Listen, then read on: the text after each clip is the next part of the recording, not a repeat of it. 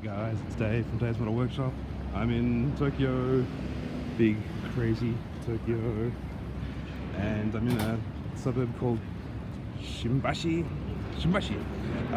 and I'm walking towards the Tamiya plastic model factory. So I'm a bit excited about getting in there, just trying not to get run over. A bit excited about not being run over there.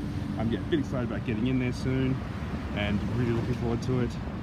First time I've been able to come here during daylight hours, and yeah, let's head in. Let's take a look through the window first, just see what they've got. Hope my audio is a little bit better today.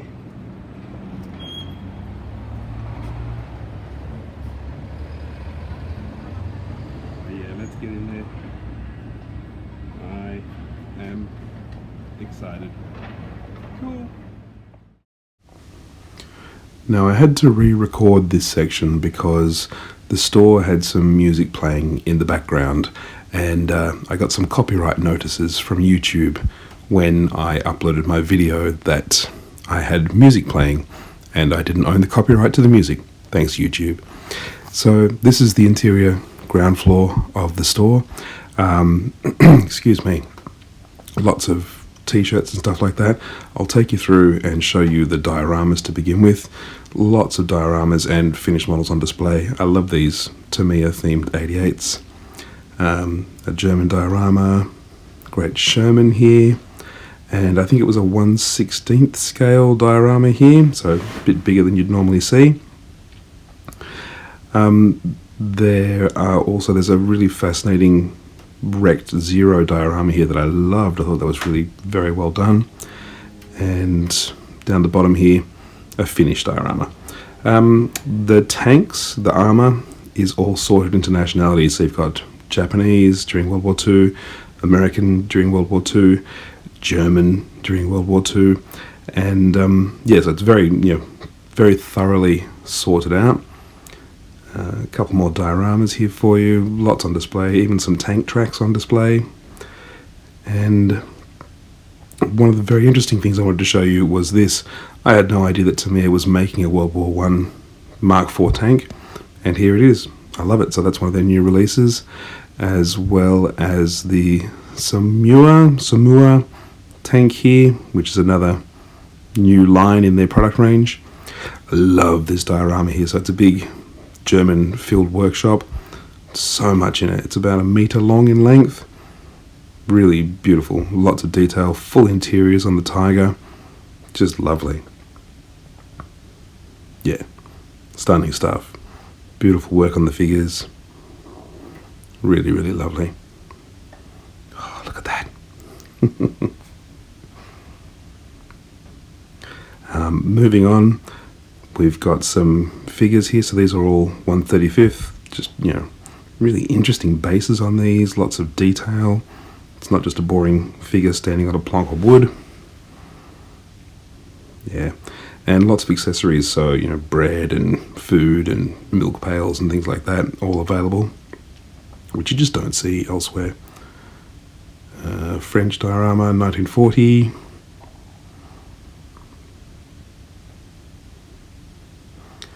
And over here, just lots of detail up bits, including sprues. So you can buy secondhand sprues.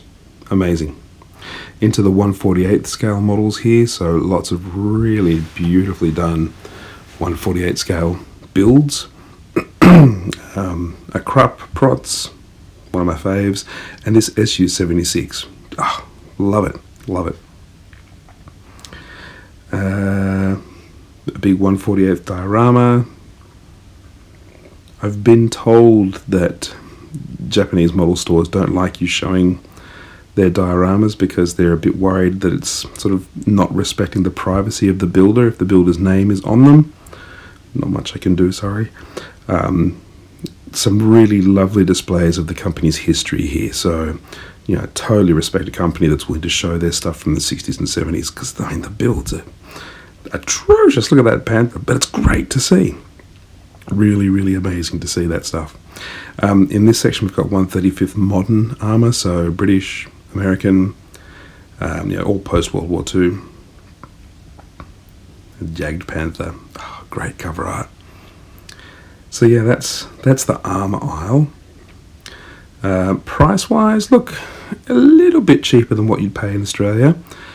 Maybe 20% cheaper. Not, yeah, look, worth it. Definitely worth it, but not worth stacking the suitcase full, if that makes sense. I've found in Japan definitely local builders. You can convert this into your local currencies. But I found that the local builders definitely are a lot cheaper, but European kits are really expensive. That Tiger is definitely a lot cheaper than I paid. I paid $50 Australian, so that's about 38, 39 Australian for that Tiger Mark 1 there. Excuse the siren in the background and me coughing. Yeah, again, you can see the prices there for your own interest. Leaving the armour aisle, we've got, yeah, a whole bunch of souvenir clothes over here. I didn't even bother looking because nothing would fit me. We're into the nautical area, so lots and lots and lots of building of ships. Yeah, just, you know, some beautiful stuff there. Exhaustive range. Here's the models that I looked at in the window the other night. A very big Abrams tank. I can't remember what the price was. Sorry about that, but impressive. And then we're into airplanes. So 148. The price of the Zero down the bottom here, it's about the same as what I paid. I think I paid 66 in Shizuoka. So yeah, pretty good price. Certainly cheaper than Australia. You guys can look at the prices of these. Really impressive 132nds and Drool. And yeah, just, you know, an exhaustive range. I try not to be a Tamiya fanboy. I try and be a little bit balanced, but it's hard not to be because I love their product. You know, it goes together so well. It's beautifully engineered. I've heard people bitch about their decals before, but I've never had major problems. Yeah, I just find their stuff reliable every single time. It's a pleasure to build, and that's, you know, that's why we do it. This reference section here, so many magazines, so many books, all in Japanese, unfortunately. So yeah, that's a bit of a bugger. But you know, you just don't see this kind of stuff in an Australian hobby store. It's amazing to find this, and it's just, you know, exhaustive. It's really beautiful stuff. I flicked through these, and that one I'm looking at right now on the right, it's just examples of all the instructions for the first 30 years of Tamiya. That's cool. I love a company that's so proud of its history. We've got a car section as well. Yeah, pretty amazing. So this is the bit that I had to re-record to get around YouTube's copyright issues. We'll go back to what I recorded at the store now. So they sell sprues, spare sprues. It's amazing, and their cheapest chips are like $3, $5. Yeah, I mean, random. Good luck finding what you want, but brilliant. And now downstairs. So downstairs is all remote control. It's not really something I feel qualified to talk about. It's not something I know enough about these days. And it's not something I've, you know, really done. Back in the mid-80s, I had the Frog, a remote control car, and I loved it at the time.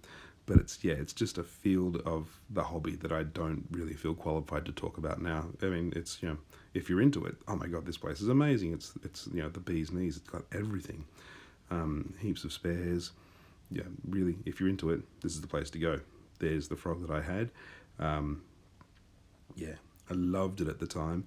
The price was 114,000 yen, so about 150 bucks. I think my folks paid about 300 for it back in about 1987.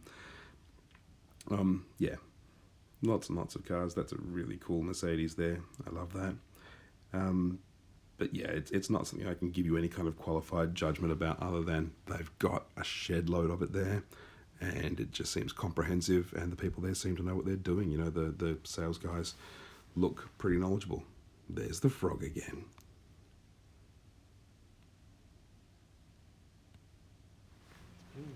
So upstairs we've got this building area where you can come and build your kit.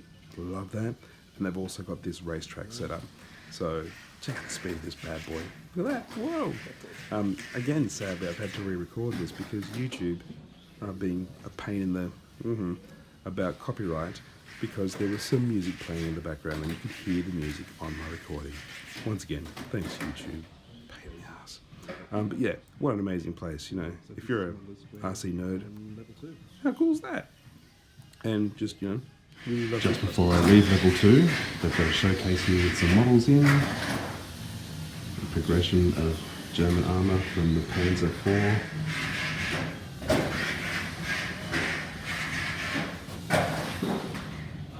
Beautiful little 148 diorama there.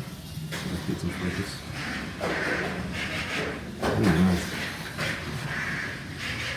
That panther there, I think, is the Saint Chamond panther. It's from a museum in France. Trying to get a slightly better view for you here. Big 1/32 Mozzie.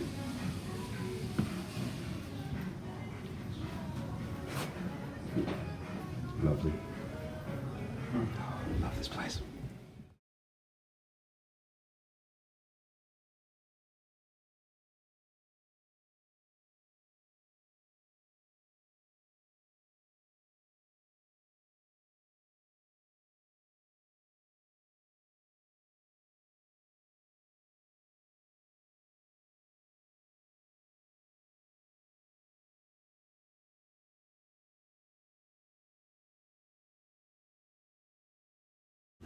So what did I think? I loved it. I was always going to, but I loved it. I bought a couple of tools. Tempted by one kit, but I'm gonna see what I can find tomorrow in Akihabara before I come back here, because it is literally a 2-minute walk from here to my accommodation. But yeah, if you're ever in Shimbashi in Tokyo, check it out.